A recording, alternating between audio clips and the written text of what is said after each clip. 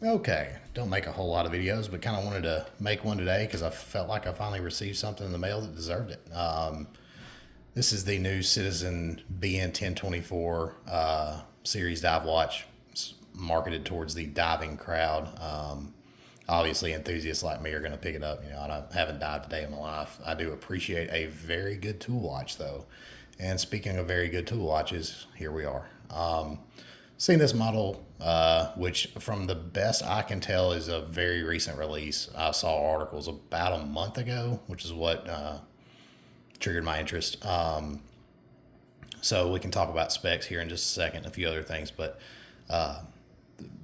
entry price, I think is MSRP is somewhere around the $500, $579, something like that. You can obviously get those cheaper than that now. I'm seeing these in stock in diving stores when I searched for this particular model, being sold as tool watches. So when we say tool watch, what are we referencing? We're referencing a watch that is capable to perform a very specific task, usually, whether that be mountaineering, diving, flying, something of that nature. Dive watches in that case, you know, we have ISO ratings. There's specific standards they have to meet to obtain an ISO certification, which this one did. It's a 300 meter. They are marketed as professional divers watches. You see that on the dial here at the 6 o'clock. You also can read this on the side of the case. You have 300 meter professional diver. Beautiful case, by the way.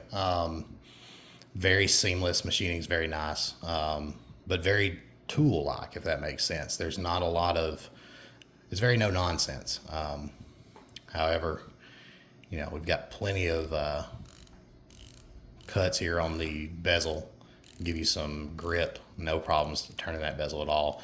Bezel lines up really nice, which, you know, if you're a Seiko guy, it's not always the case. Anyways, so spec wise, this thing comes in at around 46 millimeters, which is pretty good sized from, you know, outside diameter. That's not including the crown. We are also sitting at, I believe, I don't have specs in front of me, but I believe we're at 16 millimeters tall, which, wow, a lot. And yeah, you get a lot of wrist presence with this thing.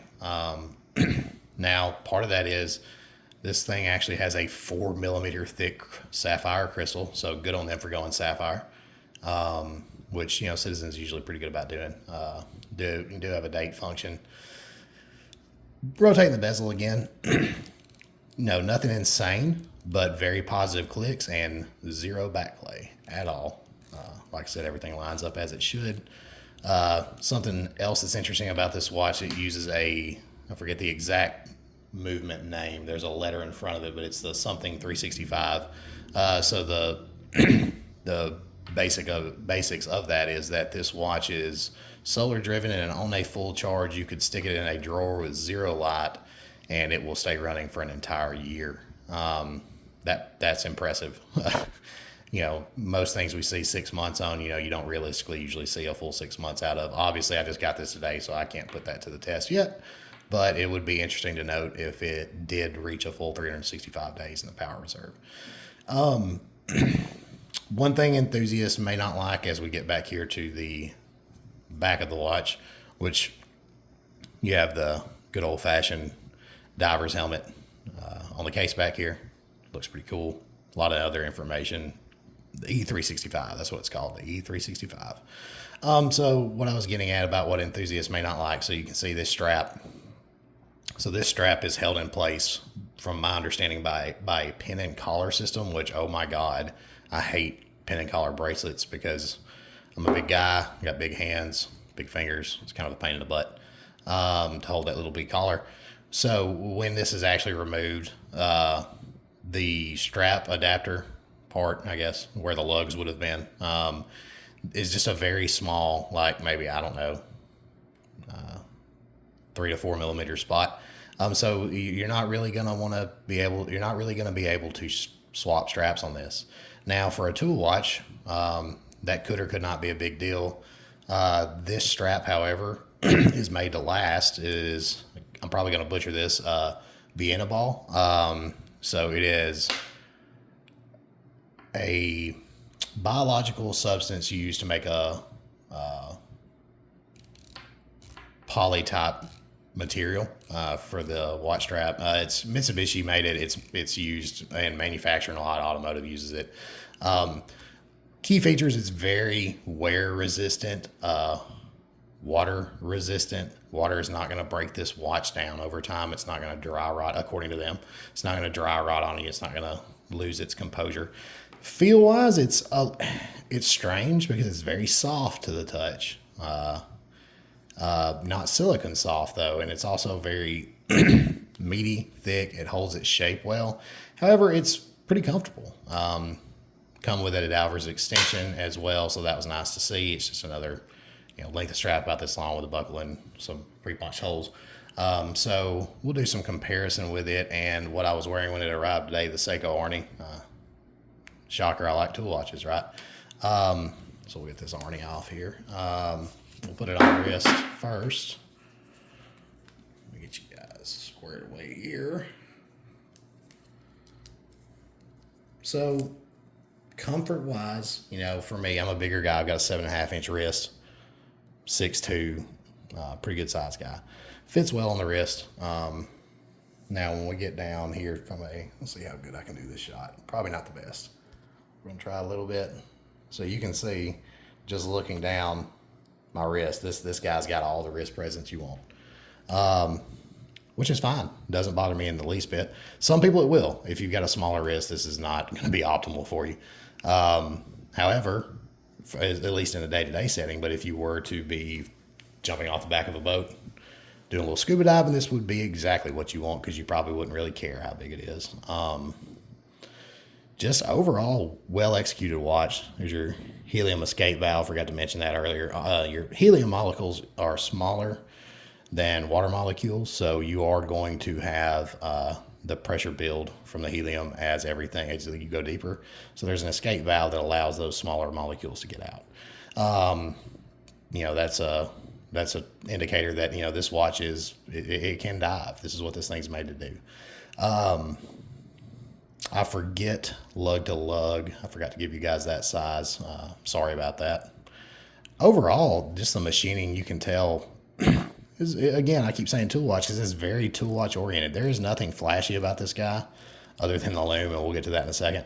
This bezel insert is stainless steel, which a lot of watch guys might turn their nose up at, right? We want ceramic, we want at least aluminum for aesthetic purposes, but that's not what this guy was built for. This guy was built to do tool watch stuff. That means that 4mm crystal can take a blow by something underwater without cracking, that this bezel insert can take a hit from something, and because it's stainless steel, it'll withstand it a lot better.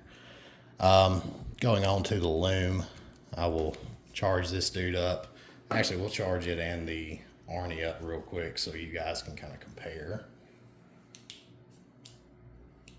Gonna get a little bright for you guys, sorry. All right, that should be enough. So, yeah, that good old Citizen loom. Seiko's no slouch, but man, that guy just glows.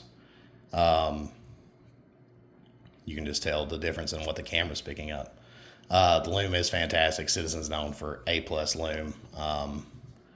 Your Arnie, you do have that LCD screen at the top, so you can't really pick it up on my camera right now, but you can definitely still get the time more than one way. But if you're submerged, it's not going to be feasible to do that, so you're relying on loom. If you're submerged, these pushers the crowns have to be screwed out, seal it off. So ultimately, the Arnie is no slouch. I love the Arnie. Very happy with it. I did have one of the few bad batches, or so maybe the only bad batch that Seiko had with the Arnies. However, I did have one. This is kind of what left me to start looking for another tool watch, because as much as I love this guy, he's a big chunky boy, right? You can see just compared side to side with the absolute massive amount of wrist presence you're going to have with either one of these guys. But yeah, so I had the issue with the solar cell getting overcharged and shorting out. I was able to remedy that by using some automotive window tint. mainly UV blocking that would help mitigate the amount of direct sunlight that could hit that cell and cause it to reset all my time, which was not good. Still works, you know. I'm not gonna say it dethrones it because you know, there was a whole thing about that, and I'm not going to get into that whole thing about Seiko's response. I wasn't thrilled with it, I'll say that. But long story short, when it came to tool watches, I kept looking, and I'm still going to keep, you know, the Arnie's still going to be around. Probably going to be dedicated to work now, because I work inside. But yeah, been very pleased with this guy.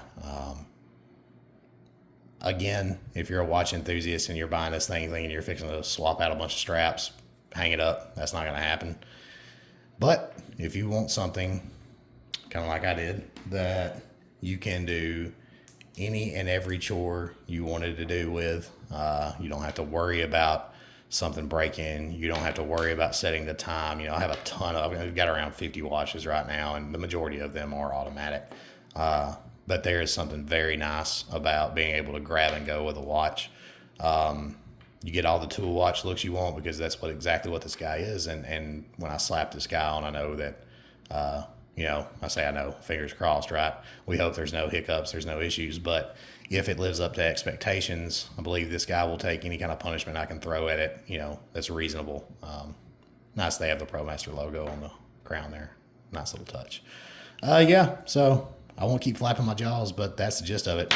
For the price, hard to buy something that you can go out and scuba dive with, and that actually has a helium release valve and is built to do exactly that, ISO certified, and offers just everything that this watch offers for the price. And it's a fantastic price. They haven't been out long.